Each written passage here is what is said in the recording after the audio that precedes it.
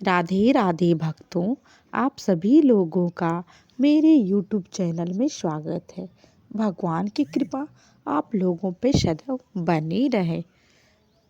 भगवान श्री राम कहते हैं, बुढ़ापे में पति पत्नी को यह दो चीज़ सुख देती है, जो हर घर की यह सच्ची कहानी है। तो चलिए बात करते हैं, वह कौन ऐसी दो चीज़ है जो बुढ़ापे में पति पत्नी को सुख देती है।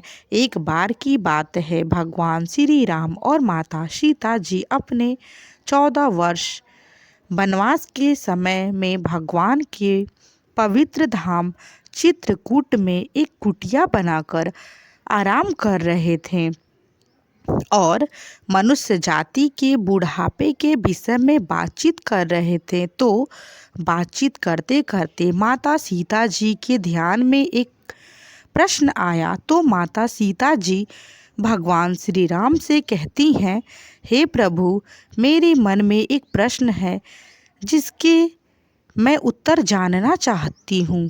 तो भगवान श्री राम कहते हैं, हे देवी सीते, आप परेशान क्यों हो रही हो? मुझे बताइए वह कौन सा प्रश्न है, मैं आपको उसका उत्तर जरूर दूंगा। तो माता सीता जी कहती हैं, हे प्रभु, मेरा प्रश्न यह है कि बुढ़ापे में पति पत्नी को वह कौन सी दो चीज़ सुख देती है। तो भगवान श्री राम कहते हैं, हे देवी सीते, आपने समस्त मनुष्य जाति के लिए बहुत ही कल्याणकारी प्रश्न पूछे हो। जो आपका प्रश्न समस्त मनुष्य जाति के लिए बहुत ही कल्याणकारी है। आपके इस प्रश्न के उत्तर को सुनने मात्र से समस्त मनुष्य जाति का कल्याण हो जाएगा। हे देवी सीते, मैं आपको बता देता हूँ कि बुढ़ापे में पति पत्नी को वह कौन सी दो चीज़ हैं जो सुख देती है। इस विषय में पति पत्नी के संबंध में बहुत ही कल्याणकारी बातें हैं।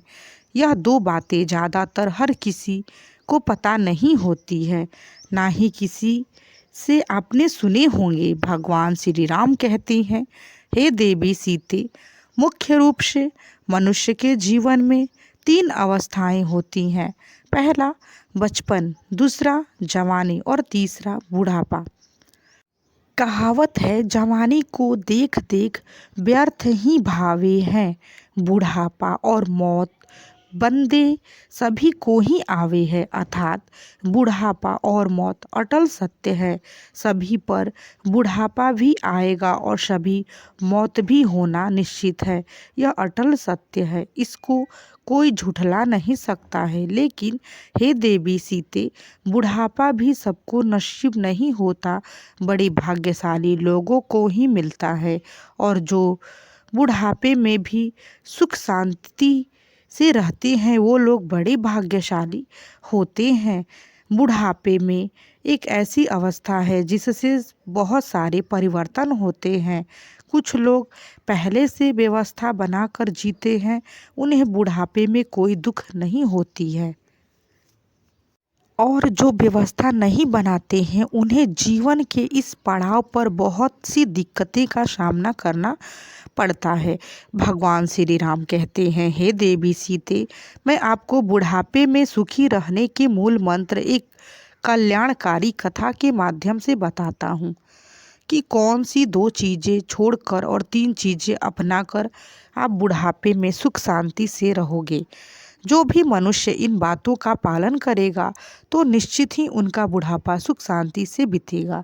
यह जानकारी समस्त मनुष्य जाति के लिए बहुत ही महत्वपूर्ण है। मनुष्य आज जवान है तो आज ना सही, परंतु जब बुढ़ापा आएगा तो यह बातें आपको बहुत ही काम आएगा। इसीलिए यह कथा समस्त मनुष्य जाति के लिए बहुत ही महत्वपूर्ण और ज्ञानवर्धक है। समस्त मनुष्य जाति को प्राचीन कथाओं और कहानियों से जुड़े रहना चाहिए। हे देवी सीते, आपने देखा होगा कि बुढ़ापे में बहुत सारे परिवर्तन होते हैं। मनुष्यों की सारी कर्में इंद्रियां, ज्ञान इंद्रियां साथ छोड़ देती हैं। हाथ पांव काम करना बंद कर देते हैं। आँखों से कम दिखाई देता है, कानों से सुनाई भी कम देता है, जीभ में स्वाद कर्णिकाएं खत्म हो जाती हैं, किसी चीज में स्वाद नहीं आता है, दांत भी साथ छोड़ देते हैं, जिससे बहुत सी चीजों पर मन मचलता है परंतु नहीं खा पाते हैं। दांत ही नहीं है, स्मृति खत्म हो जाती है, याददाश्त कम हो जाती है, शरीर के अंदरूनी अंग भी ठीक से काम नहीं करते हैं। घर में बच्चे स्वयं निर्णय करते हैं तो घर में भी बुजुर्ग का महत्व पहले जैसा नहीं रहता है। चेहरे पर झुर्रियाँ आ जाती हैं, चमड़ी सिकुड़ जाती है, कमर झुक जाती है। कभी कभी तो ऐसा देखने को मिलता है कि घर में बेटों की बहुएं आ जाती हैं तो बुजुर्गों की चारपाई भी घर से बाहर निकल जाती है। भगवान श्री राम कहते हैं, हे देवी सीते, मन में विचार करो, ऐसी हाल में रहकर बुजुर्ग क्या सोचेंगे। जिस घर में इतनी मेहनत और लगन से पाई पाई जोड़कर बसाया था, आज वही मुझसे छीन लिया गया। सोचो बुढ़ापे में कितना दुख होता होगा। जब वह घर का बुजुर्ग खाना पानी मांगता है तो बच्चे सुनते ही नहीं हैं, तो उससे गुस्सा आता है तो गाली देता है। सबसे बड़ा दुख बुढ़ापे में तो सब होता है जब पति या पत्नी में से कोई एक बिछड़ जाता है, फिर उसका ख्याल रखने वाला, उसकी भावनाओं समझने वाला कोई नहीं होता है। सोचो तब वह कितना अकेला और दुखी महसूस करता होगा। परंतु यह कहानी सबकी नहीं है, सबके साथ ऐसा नहीं होता है। कुछ लोग अपनी वृद्धावस्था को बड़े सुख शांति से व्यतीत करते हैं। वो लोग क्या व्यवस्था बनाते हैं।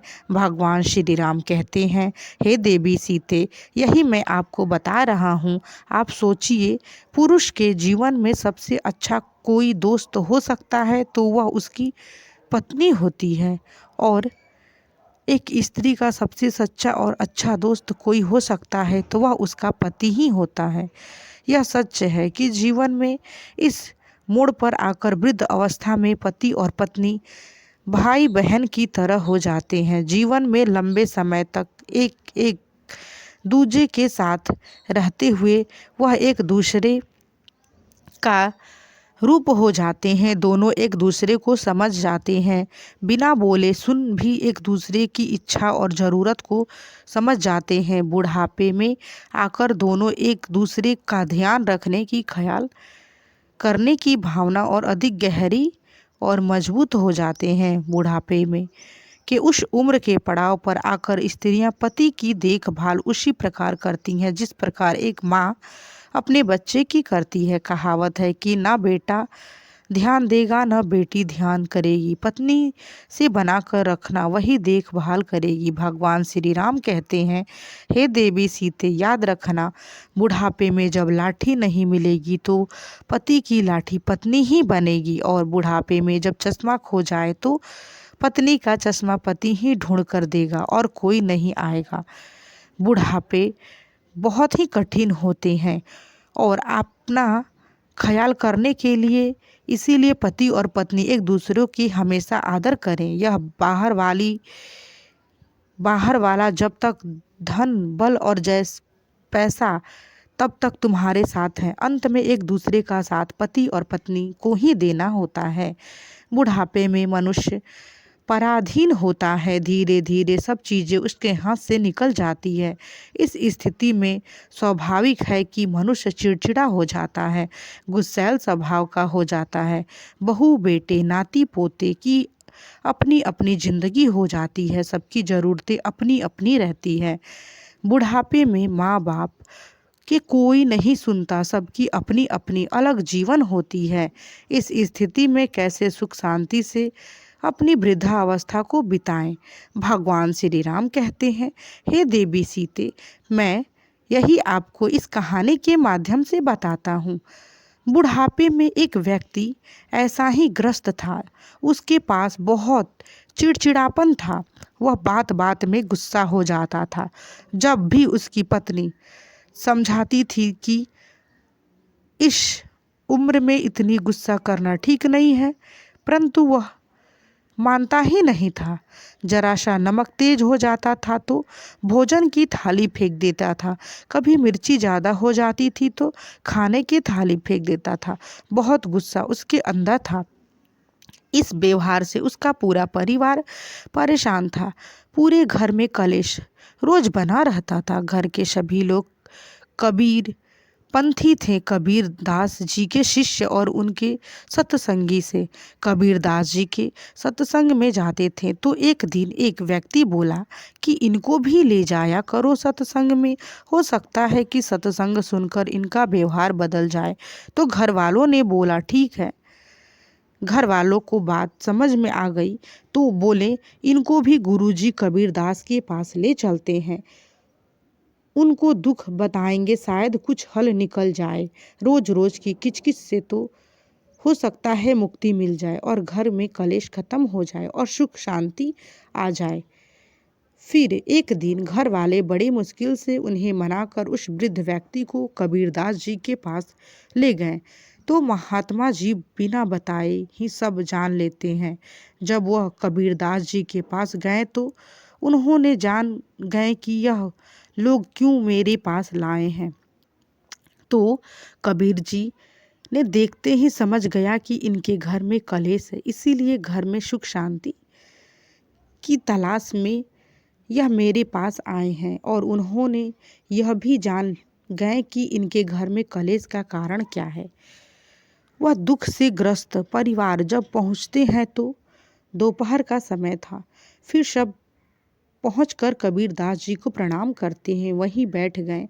उनके सामने ही आसन पर कबीरदास जी अपनी कुटिया में कुछ लिखावट कर रहे थे। तो कबीरदास जी की धर्मपत्नी का नाम था प्रेमा। अचानक कबीरदास जी ने माता प्रेमा से बोला, प्रेमा दीपक जलाकर लाओ तो मुझे कुछ खोजना है। तो कबीरदास जी ने जब दीपक मांगे तो वह दुखी परिवार को बड़ा आश्चर्य हुआ कि दोपहर का वक्त है, अच्छी खासी धूप उजाला है, तो दिया मांगने का क्या जरूरत। तो वह दुखी परिवार सोचे कि सत्संगी जी या तो मूर्ख हैं या फिर पागल हैं। भला सूरज की अच्छी खासी उजाला है और दीपक मांग रहा है, यह तो अजीब संत है। तभी लोग अपने मन में ऐसा सोच रहे थे। तब तक माता प्रेमा जलता हुआ दीपक लेकर आ गईं और उन्होंने चुपचाप दीपक दे दिया और अंदर चली गईं। फिर सब सोचने लगे कि इनकी पत्नी भी क्या खूब है। वह भी यह नहीं पूछा कि पागल हो गए हो क्या, दिन में दोपहर का समय है, अच्छी खासी धूप उजाला है, फिर भी दीपक क्यों मांग रहे हो। वह बुजुर्ग आदमी बड़ा आश्चर्यचकित होकर सोच रहा कि मैं कहाँ आ गया, पागलों के पास में यह संत जी तो सचमुच पागल है, साथ ही सबसे बड़ी पागल और मूर्ख इनकी पत्नी भी है। यह पागल मेरे घर में सुख शांति लाएंगे, यह मेरे घर के दुख कलेश को खत्म करेंगे, यह मेरे बुढ़ापे को सुखी करेंगे। उसके मन में सवाल ही सवाल बार बार उठते जा रहे थे, परंतु उसने कुछ बोला ही नहीं, अपने गुस्से में बैठा रहा। तो कबीरदास जी ने उसके मन की बात जान गए कि यह गुस्से में फनफना रहा है और हमको पागल समझ रहा है। उन्होंने यह भी जान लिए कि गुस्सा इससे इसलिए आ रहा है कि प्रेमा ने एक भी सवाल क्यों नहीं पूछा। इस बेवकूफ़ी के लिए हमसे इसीलिए गुस्सा हो रहा है, हमसे क्यों नहीं। संत कबीरदास जी जब जान गए थे, परंतु बेपरवाह होकर दीपक की रोशनी में लिखते रहे। और गुस्सैल बुजुर्ग व्यक्ति ने फुसफुसाते हुए अपने बच्चों से बोला कि यह पागल हमारे जीवन में सुख शांति देगा, हद हो गई, चलो यहाँ से, मैं एक पल भी यहाँ नहीं रुक सकता, यहाँ से जल्दी चलो, मुझे नहीं रुकना है, यहाँ मुझे नहीं चाहिए, क्योंकि यह ज्ञान देने लायक ही नहीं है। भगवान श्री राम कहते हैं, हे देवी सीते। तो फिर कबीरदास जी ने सुन लिए थे, बोले क्या बात है भगत जी, कोई दिक्कत है क्या। तो बूढ़ा आदमी बनावटी हंसते हुए बोला, नहीं नहीं गुरुजी, कोई दिक्कत नहीं है, आपके दर्शन करने आए थे तो हो गए, अब हम जाना चाहते हैं, आज्ञा दीजिए। कबीरदास जी बोले, अरे भाई, तुम हमारे पास आए हो, हमारे अतिथि हो, बिना अतिथि सत्कार के कैसे जाओगे? और उन्होंने माता प्रेमा को आवाज़ दिए तो माता प्रेमा तुरंत आई और हाथ जोड़कर खड़ी हो गई। तो कबीरदास जी बोले कि यह भक्त जी थोड़ा जल्दी में है, जाना चाहते हैं, जल्दी से 2 गिलास दूध लेकर आओ। तो दुखी परिवार ने मना कर दिया। अरे नहीं गुरुजी, हम घर से भोजन करके आए हैं, दूध की कोई ज़रूरत नहीं है। परंतु कबीरदास जी बोले कि आप हमारी कुटिया में पहली बार आए हैं, बिना अतिथि सत्कार के कैसे जाओगे? तो बूढ़ा आदमी चुप हो गया। तो प्रेमा बिना कुछ बोले, बिना कुछ पूछे अंदर गई और 2 गिलास दूध लेकर वापस आ गई। तो संत कबीरदास जी ने 1 गिलास दूध उस बूढ़े आदमी को दिया और 1 गिलास खुद ले लिया। बाकी लोग वहीं चुपचाप बैठे रहे।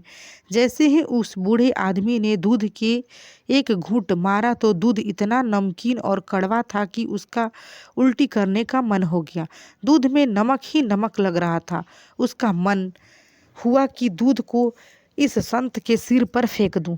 उसका तो रोज का यही स्वभाव था, कभी मिर्ची ज़्यादा लग जाए तो खाना की थाली फेंक देता था, कभी नमक ज़्यादा हो जाए तो भोजन की थाली फेंक देता था। तो उसने कबीरदास जी को गुस्से से देखा। कबीरदास जी तो बड़े सजल भाव के थे, दूध पी रहे थे, उनके चेहरे पर ऐसे कोई भाव नहीं था। उस बुजुर्ग आदमी अंदर से जल गया, बोला कुछ नहीं, परंतु वह मन ही मन बोला कि आज मेरा यह बालक मुझे यहाँ पर ले आए हैं, पर यह महात्मा तो सचमुच पागल है, आदमी है, हद हो गई। और गिलास वहीं पर रख दिया। और कबीरदास जी ने बोला, संत जी अब आज्ञा दें, हमें चलते हैं। तो कबीरदास जी बोले, शायद तुम कोई दुख लेकर आए थे, परंतु तुम अपने आने का कारण तो नहीं बताए, कैसे आना हुआ? कोई दिक्कत है तो बताओ, शायद हम कोई हल निकाल पाए। तो फिर बूढ़ा आदमी बोला, संत जी छोड़िए, आप क्या हल निकालोगे, हम दुख ही लेकर परंतु अब जा रहे हैं, हम सब देख लिए, तुम्हारे बस की बात नहीं है। कबीरदास जी को, अरे जब दुख लेकर आए थे तो बताने में क्या फर्ज हर्ज है, बताओ दुख क्या हो सकता है, कुछ समाधान निकल जाए। बूढ़ा आदमी बोला कि पूछते तो बता ही देता हूँ, वैसे मुझे लगता नहीं कि तुम्हारे पास कोई हल होगा। मेरे दुख का जब कबीरदास जी ने बार बार पूछा तो उस बूढ़े आदमी बोला कि सुनो, मेरे घर में कोई मेरी इज्जत नहीं करता, सब मुझे गलत कहते हैं, घर में बड़ी कलेश और अशांति है, मुझे अपने घर में शांति और समृद्धि चाहिए, इसीलिए आपके पास आया था। परंतु आपकी मूर्खता देखकर मुझे पक्का विश्वास हो गया है कि आपके पास मेरे दुख का कोई हल ही नहीं है।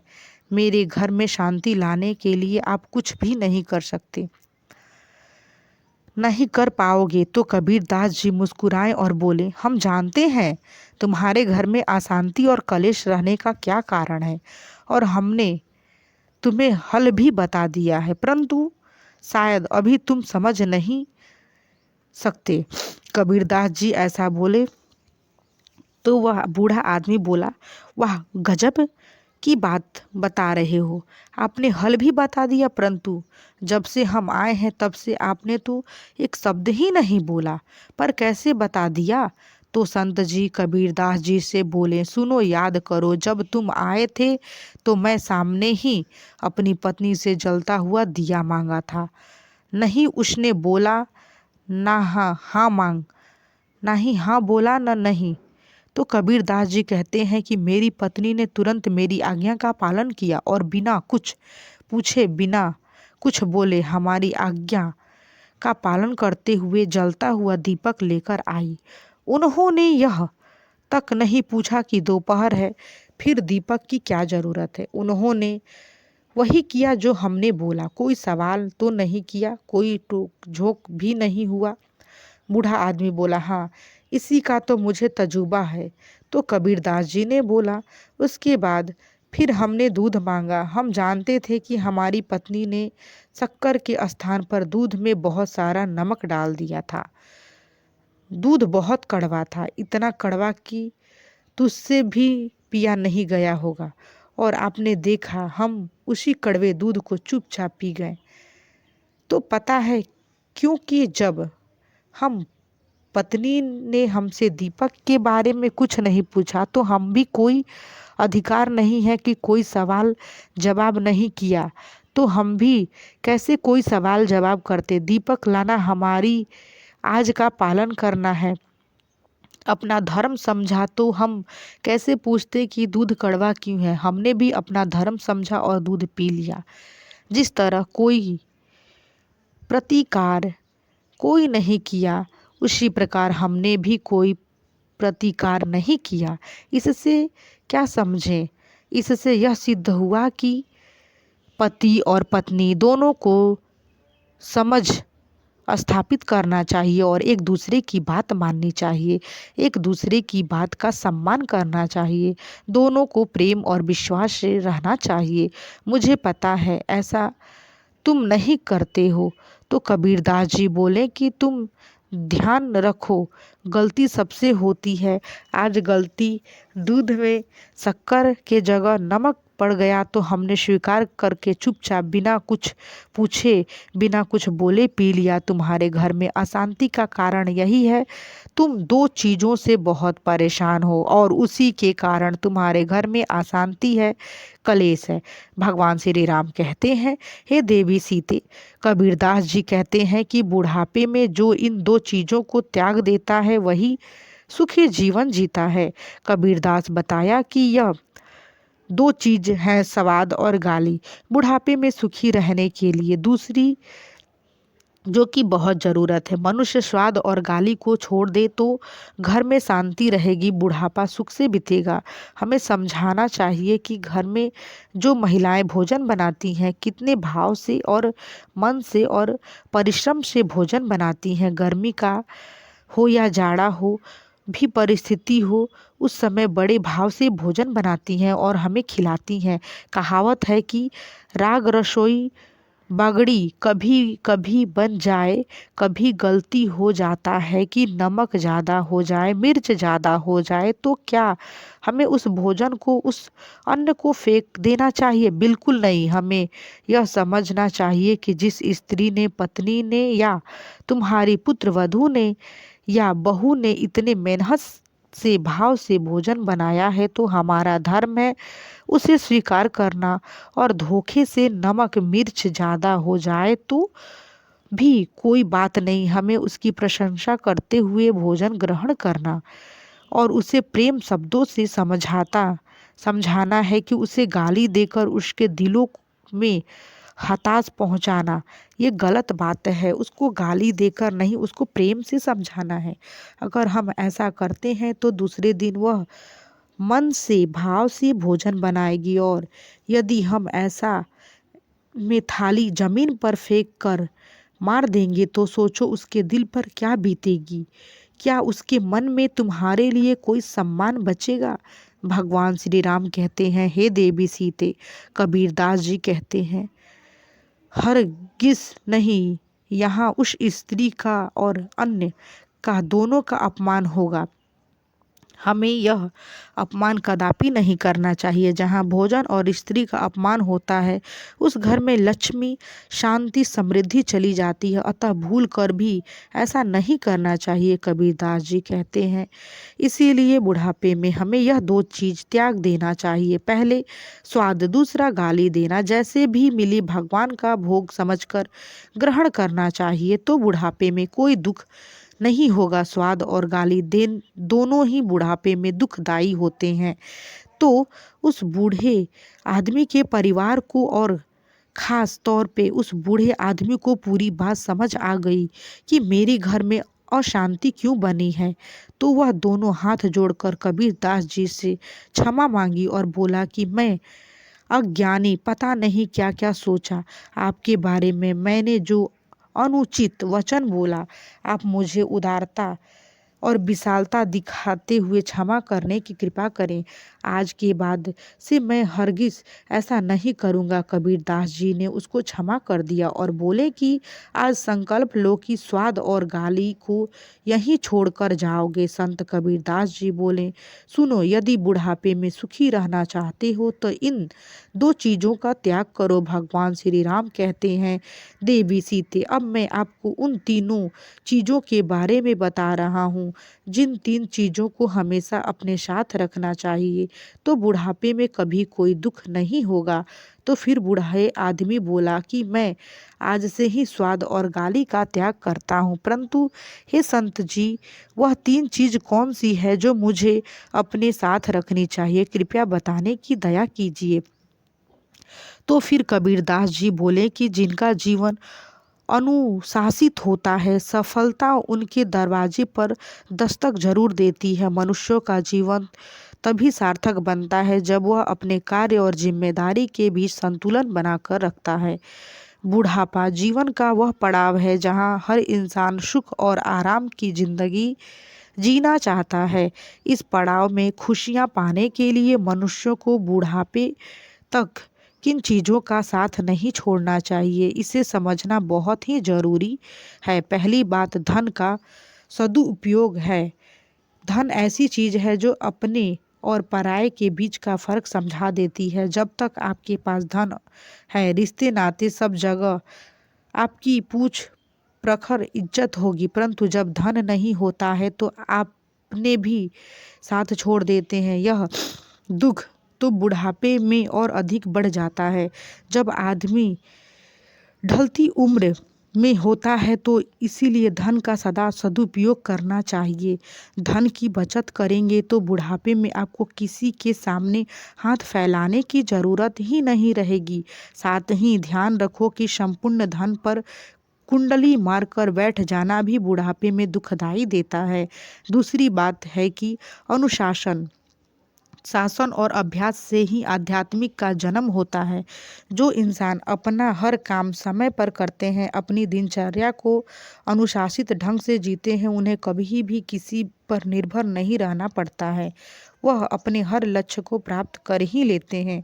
शुरुआत से ही मनुष्य को अपने काम को सही समय और सही तरीके से करने की आदत होना चाहिए। उसे बुढ़ापे में दुख नहीं सहना पड़ेगा। समय के अनुशासन, खान पान तय, समय पर सोना जगना, व्यायाम, हर कार्य निश्चित समय पर करना चाहिए, जो अच्छी स्वास्थ्य के लिए बहुत जरूरी है। अनुशासन का साथ कभी नहीं छोड़ना चाहिए और सत्य मार्ग पर सदैव चलना चाहिए। जब आप सत्य मार्ग पर चलेंगे तो यदि आपके घर परिवार वाले साथ नहीं देंगे पर आपका साथ भगवान देंगे, आपके बुढ़ापे की लाठी ईश्वर बनेंगे।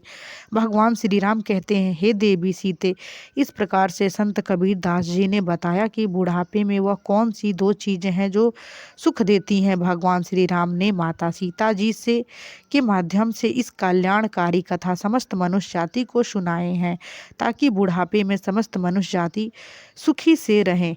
आशा है आपको यह कथा अच्छी लगी होगी। अगर यह कहानी आप लोगों को पसंद आई होगी तो वीडियो को लाइक और आप चैनल को सब्सक्राइब अवश्य करें। भगवान से के मिलने के लिए आप लोगों का बहुत बहुत धन्यवाद। यदि आपने अभी तक मेरे चैनल को सब्सक्राइब नहीं किया है तो कृपया करके आप मेरे चैनल को सब्सक्राइब कर लें और अपने दोस्तों के साथ बिल्कुल भी इसे शेयर करना बिल्कुल भी ना भूलें। आप इस चैनल को और इस वीडियो को अपने दोस्तों के साथ अवश्य शेयर करें। फिर मिलेंगे एक और सुख शांति देने वाली कथा के साथ। तब तक के लिए कमेंट बॉक्स में जय सिया राम अवश्य लिखें। यहाँ तक कथा को पूरा सुनने वालों पर भगवान सिया राम की कृपा अवश्य होगी। आप सभी पर भगवान की कृपा सदा बनी रहे और इसी तरह मेरे वीडियो को ढेर सारा प्यार दे और सपोर्ट करें। यदि आपने अभी तक मेरे चैनल को सब्सक्राइब नहीं किया है तो कृपया करके आप मेरे चैनल को सब्सक्राइब कर लें और बेल आइकन को भी दबा लें, ताकि आप लोगों को मेरी वीडियो का नोटिफिकेशन मिलता रहे। भगवान श्री राम की कृपा आप लोगों पे सदैव बनी रहे और आपके जीवन में सुख समृद्धि धन वैभव भी बना रहे। यदि आपके जीवन में किसी बात की परेशानी है तो मैं भगवान से प्रार्थना करूंगी कि आपके जीवन की सभी परेशानियां दूर हों और आपका जीवन मंगलमय हो। मेरा पूरा वीडियो देखने के लिए आप लोगों का बहुत बहुत धन्यवाद। मैं आप लोगों का शुक्रगुजार करूंगी। तो अब मैं इस वीडियो को यहीं पे एंड करूंगी।